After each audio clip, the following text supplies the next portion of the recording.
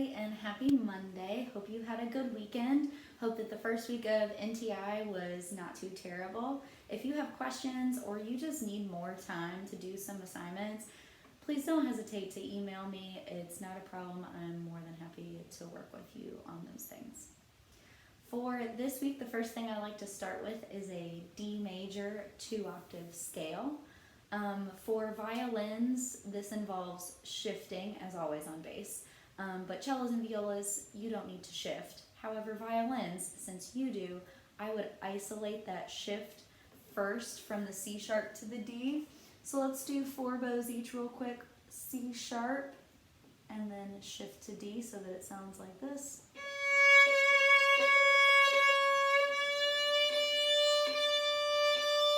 Then do 3 bows, 2 bows, and 1 bow. When you're in third position for this scale, it is a 3/4 touch on both strings. When you put it all together, it sounds like this.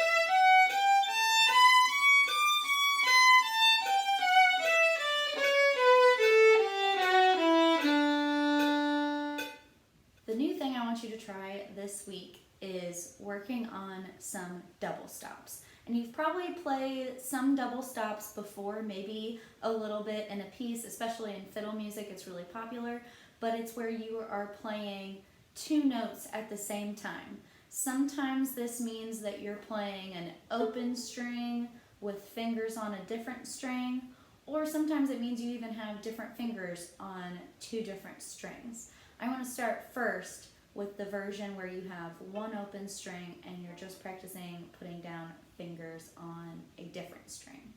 So let's do this first starting on open D and open A, and I want you to slur to a first finger A while your bow is hitting the D and the A string. So it sounds like this.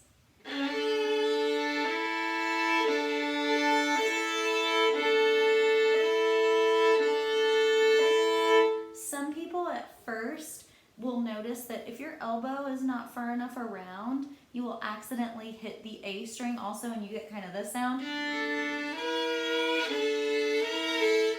And that's just because instead of being on the tip of your finger's flat and it's hitting 2 different strings. So make sure you're really under and on the tip of your finger. After that, leave your first finger down and slur to your 2, adding the open A in as well.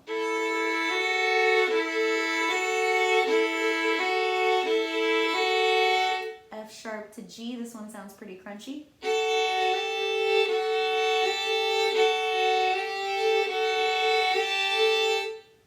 Now move your fingers to the A string while playing open D. So this is slurring to first finger B.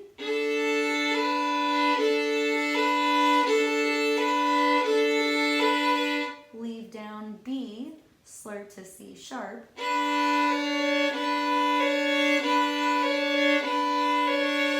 Leave the C sharp down and slur to D.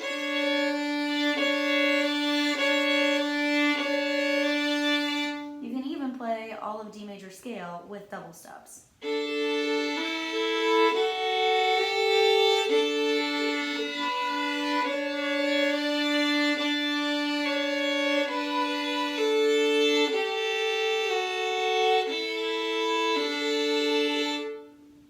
The more advanced version of double stops has you playing 2 different fingers on 2 different strings. Usually a good thing to do first is break the notes apart, so play them one at a time and then together. These are called prepared double stops. I will attach an exercise to this assignment as well for you to practice with, but this is from an Etude book, and it's called Developing Double Stops. It's by Harvey Whistler. He writes tons of, Etude is just the French word for exercise. If you've never heard that before, a lot of musicians use that term to talk about exercises that aren't really music. They're just meant to practice a specific technique. So these are prepared double stops on the D and the A string. It starts out with F natural and A. So again, you play them separate first. Feel free to ignore the slurs if you want to. And then you play the F natural and the A together. The next set of notes is F sharp and A.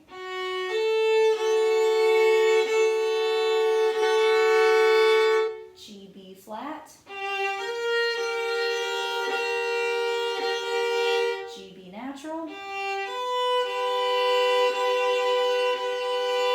G sharp and B.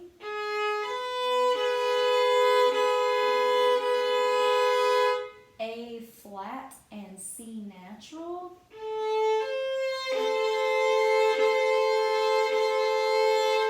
A natural and C natural. This one's kind of awkward. You gotta stretch.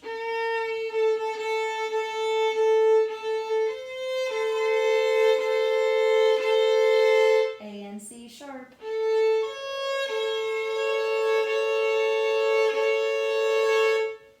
All of the double stops in this exercise are thirds.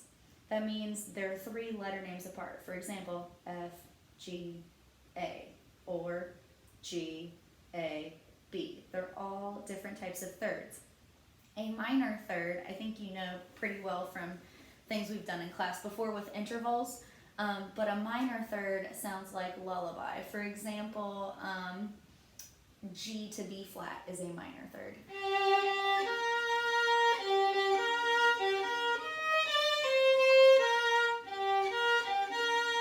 So anywhere you hear that lullaby theme, those are minor thirds. If it sounds more like a doorbell, like that very first third, A to F,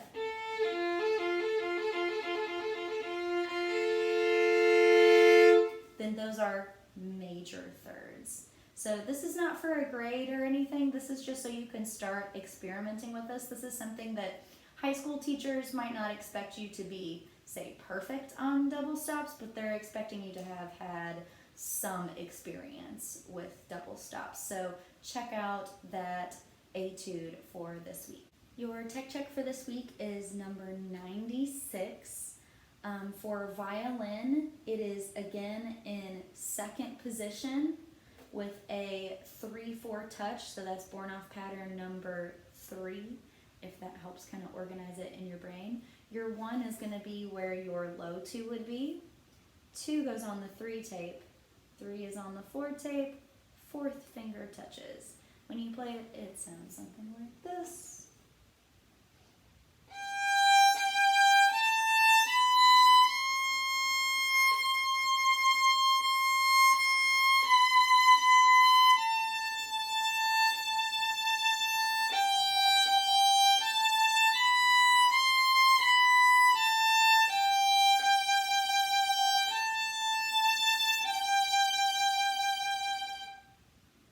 On violin, I really think of my second finger as kind of being my guide finger, because that's the one I can check.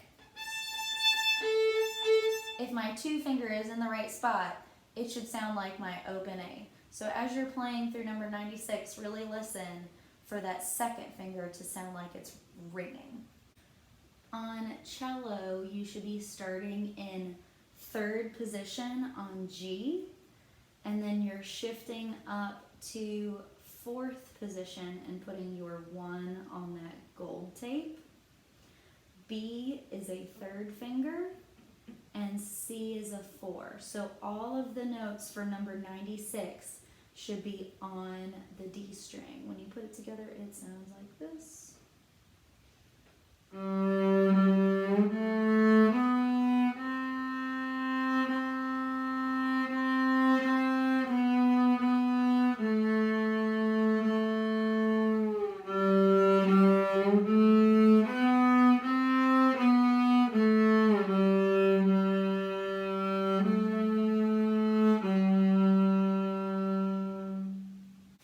Violas and bass, I am the worst. I went to school on Friday to give people some instruments, and I had a whole pile of these books on my desk to bring home with me so that I could play each of the instruments for you, and I totally left them on my desk. So violas and bass, if you guys have questions about these tech checks, will you email me a picture of your book, and I will upload videos of myself playing. I don't have a bass here, but still I could walk you through it.